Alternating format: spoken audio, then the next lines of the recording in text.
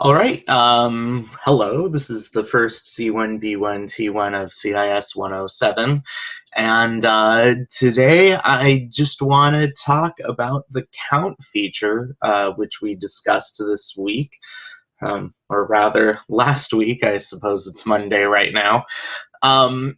So right now I'm going to show you how to design a query that counts stuff, which is something that you will probably need to do in the future. I actually have never needed this function before, this SQL function, so I'm like, I'm excited to actually use it. I knew about it, but I just hadn't actually used it in any sort of situation before. So here we are.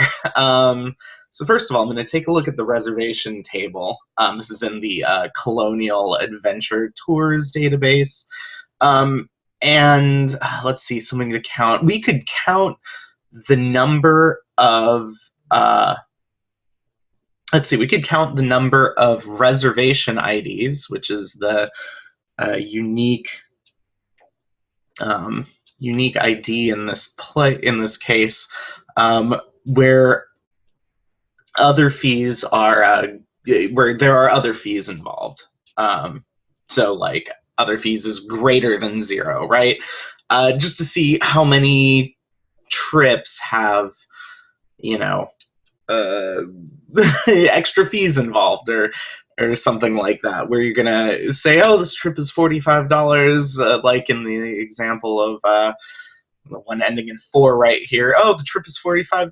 No, just kidding. It's actually $60 because we have these $15 in other fees. So let's go ahead and count how many of these reservation IDs in reservations involve other fees. So I'm gonna go ahead and close this query, create query in in design view, reservation. We're gonna go ahead and add that. Now, reservation ID is the unique ID here.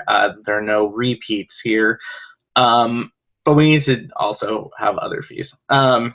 So we're not going to have other fees visible, because when you count stuff, it's not actually going to show you a row by row example. It's just going to show you something pretty, it's just going to show you a number. So anyway, I'm going to go here to function under reservation ID, and I'm going to go count. Right now, we already said here that we're going to see where other fees are involved. So in other words, are greater than 0. I've put that in the criterion field. Now let's go ahead and run this. So 17 of them are, according to this, and let's go ahead. Now we'll go ahead and save that. Let's go ahead and count, right?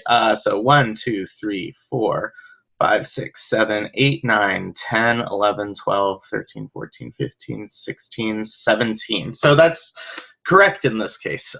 So I hope that showed you a bit about how the count feature worked, and that you learned something kind of fun and easy, but also that could be very useful in the future.